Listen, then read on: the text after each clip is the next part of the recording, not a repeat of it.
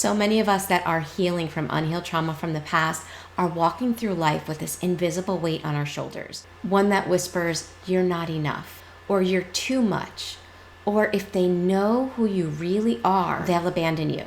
And that weight is shame. Shame makes you feel unworthy of the air that you breathe, the space you take up. It holds you back. It causes you to make yourself as small as possible. And the thing with shame is it's not just in our head.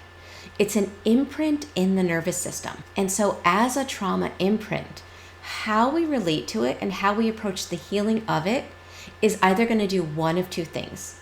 It's either going to keep us stuck healing as if healing is a full-time career for the rest of our life, or we're going to learn how to shift out of it. So in this video, I want to break this down. I want to help you to see the importance of understanding, am I approaching the healing of shame from my protective self, which will keep me stuck healing forever, or from my authentic self, which will actually help me to heal the shame that causes so much suffering in my body. So if you're struggling with shame, then this video is for you. For those that don't know me, my name is Michele. I'm a survivor myself of childhood trauma, emotional trauma, and narcissistic abuse.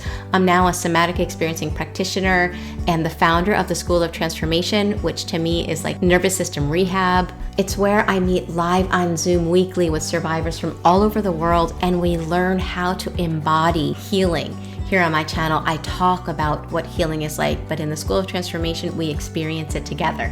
So if you're ready to dive deeper, make sure you check out the School of Transformation. So let's first break down the protective self. The protective self isn't who we truly are. It's who we had to be to survive whatever traumas we were going through when we were small. So it's not made up of personality traits, it's made up of coping skills. It has one job, and that's to keep you alive. It only knows survival, it only cares about survival. It doesn't care about truth, it doesn't care about authenticity, and it doesn't care whether you're happy or not. It only cares that you're going to survive. And so that being said, let's talk about how your protective self handles shame when it comes up. Again, remember, our protective self is born because of the trauma. And so shame is very traumatic for a child to feel, because shame means, the belief behind it isn't just I did something bad, it means I am bad. And so to your survival brain, it knows that we need connection to survive. As children, we're too young to take care of ourselves. So being deemed as bad means your survival's on the line, because what do we do with junk? What do we do with things that don't serve us? We throw them out. So the protective self is like, when you felt shame at one time, it threatened your survival. Therefore, the protective self views shame as kryptonite, as something to be avoided at all costs. It builds a protective strategy that basically says, don't look there, don't feel it. Don't notice the shame, ignore it. Let's hide it from you. It kind of reminds me of when my children were young and they had to get their shots. For some reason, I thought if I took their faces and I had them look the other way and not notice what was happening, that it would somehow be less painful for them. Well, that's kind of the strategy of the protective self. It avoids the shame. It doesn't want you to notice it. It never wants you to feel it, because it thinks that the second you feel it, to your protective self, you're right back at the age and time when the shame was first inflicted. And it doesn't think you can handle it. It thinks it's too much, and it really thinks it's helping you by keeping you from it. One reason why compartmentalizing shame and hiding it from you doesn't work is because shame isn't just a thought. It's a felt experience in the body. And just because the protective self pushes it outside of your conscious awareness doesn't eliminate it. Very much like if there's a fire in this room and I leave and I close the door because I really just am too overwhelmed to notice it, well, that doesn't mean the fire is gone because I can't see it at the moment. In fact, leaving it unattended is only going to make it worse and cause more damage.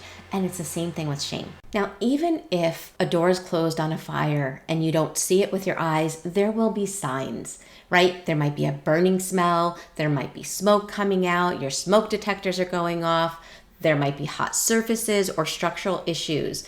In other words, the signs of the fire are going to be evident. And it's the same thing with hidden shame. There are signs of it that give us evidence that even if we're not seeing it consciously, it's there just beneath the surface. And so some of the signs that shame is living in your body, even if you can't see it consciously, and even if you don't understand why it's there in the first place, are a harsh inner critic, judging yourself critically, attacking yourself over everything. And this is often tied to perfectionism, like I have to be perfect. If I'm not perfect, I'm bad. There's the shame. Or people pleasing. I need to make them happy so that I'm worthy. Sometimes feeling like an imposter or a fraud or like somebody else is living your life for you is often a sign that there's shame there and your protective self is actually the one living your life for you. Sabotaging relationships or even just self-sabotage in general is often a sign of shame. And then a fear of being rejected, judged, or this lurking feeling that you're not good enough or that other people are better. These are signs that shame is present even if your protective self is working 24/7 to try to hide it from you. And so even if you're not consciously thinking, I feel ashamed or I am bad, your body is acting like it. Another reason why compartmentalizing shame, the strategy of the protective self, why this doesn't work is because it actually splits your sense of self. The protective self basically puts a wall around your authentic self saying, that part of me is not acceptable. This part of me is. And so because you're disconnected from who you truly are, which is why so many trauma survivors feel like I miss me, or they wonder, who am I, right? Because they've been disconnected from their authentic self for so long because of the strategy of the protective self. And so it's very difficult to have access to joy, passion, creativity, because we can't just suppress certain emotions. To the degree that we suppress fear, shame, sadness is the same degree we suppress passion, joy, and creativity. And so the more that shame is locked away, the more we actually live from a false self. And this false self exists to avoid shame at all costs. The third reason why the protective self strategy of compartmentalizing shame doesn't work is because shame stored in the body leads to chronic dysregulation. When shame is avoided rather than healed, then the nervous system is basically stuck in high alert 24/7. We get hypervigilant, right? The nervous system is like, I need to make sure nobody sees the real me, because if somebody sees the real me, then they're going to know that I'm bad because I feel bad somewhere in some compartmentalized place in my body, then I'll be rejected and I could die. And so while the protective self means well, the problem with its strategy is that it keeps you stuck in survival mode, and we can't be present and grounded when we're stuck in survival mode. And the fourth reason the strategy of the protective self doesn't work is because we can't heal what we can't feel. Real healing involves integration, not segregation and avoidance. Now, at the same time, we don't want to fling ourselves to the other side and just flood ourselves with shame, because that won't be healing either. That could be very re-traumatizing. But we want to gently learn how to build the capacity to be with the shame in order to heal it. We want to upgrade the story to, yes, I felt shame as a child, and it was too big for me at the time. So thankfully, my survival brain kicked on and hid it from me until I grew up.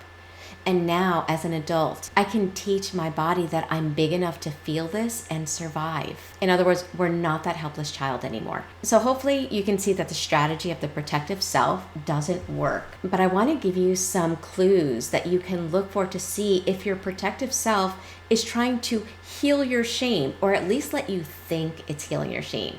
If you notice any of the following, that is your protective self letting you think you're doing some healing when in fact it's still in charge. And while it's still in charge, remember, we cannot heal the shame that's inside of the body the way the protective self wants to heal it, which is through avoidance and rejection of it. Anytime you attack yourself, talk to yourself critically, harshly, anytime you put yourself down, that is the protective self. Now, it might sound like it's trying to motivate you to do better, but our authentic self is so full of love, it doesn't operate like that. It doesn't operate by making you feel horrible in order to motivate you. So remember, The protective self is trying to avoid feeling shame. So when it notices shame coming up in your body, you will notice an impulse to do something. I have to do something. I have to be active. I have to accomplish something on my to-do list. The protective self loves to-do lists. It wants you to be focused on doing because it's actually trying to outrun the feeling of shame coming up. Or you might notice an addiction. You might notice anytime shame comes up, you reach for something to drink, some wine, alcohol, or your phone, and you start scrolling.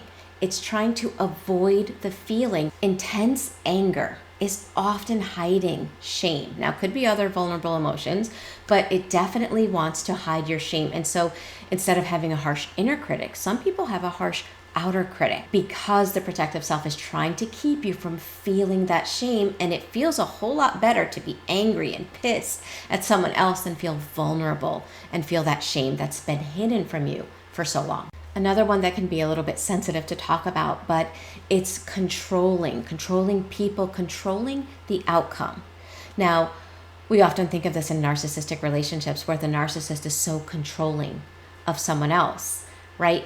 But sometimes victims of narcissists can be controlling as well, in the sense they're trying to control the anger of the other person. That is often because of hidden shame. Why? Because there's this unconscious thought that if that person is angry at me, that means I'm bad. There's the shame. And if I'm bad, I can be thrown out. My survival's on the line. And this is not an all-inclusive list, but the last one I'm going to mention for the sake of this video is trying to learn your way through healing. The protective self is like, okay, Michele sees that she's got shame. I cannot hide it from her. She sees the smoke signals coming out of her body, right? She can tell something's going on. I can't stop that. So let me convince her that if she could just learn, intellectualize your way through the healing. The protective self would love for you to just learn and talk about the trauma. And it gets fascinated with details. It wants you to remember every little thing. And there's this impulse when you're talking to someone to share every little thing that happened, every little detail. Trust me, that is your protective self, because it's like, okay, as long as you're up there in your head, you're not down here in the body where the shame is residing. Okay, so we can never heal shame from our protective self. We have to shift into our authentic self. So let's take a look at how our authentic self is able to heal shame.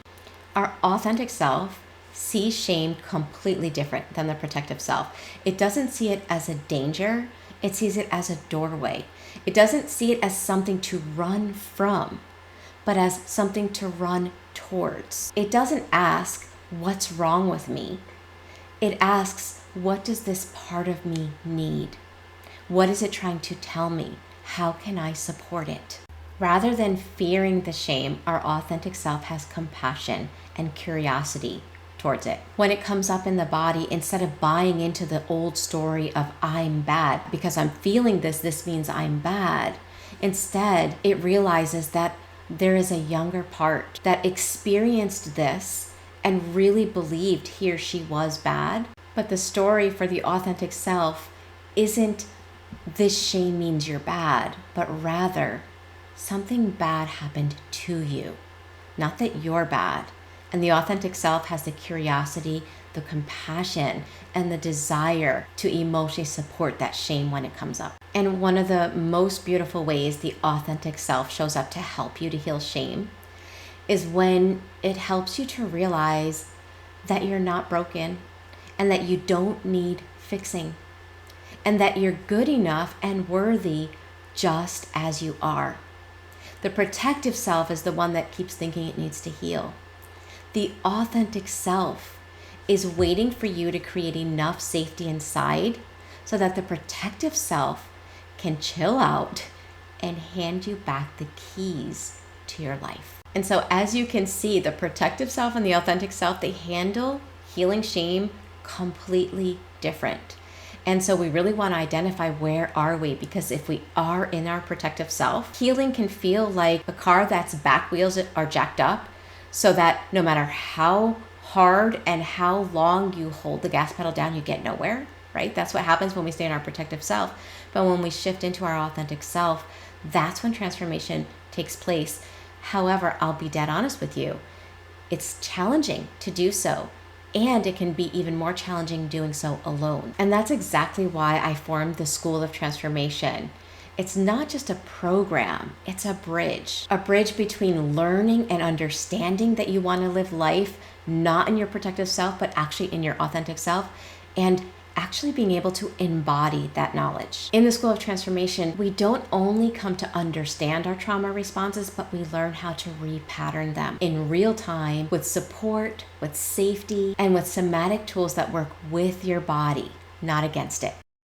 So if you're ready to stop performing and to start transforming, if you're ready to stop understanding healing and to start embodying it, then the School of Transformation is a resource that I encourage you to check out.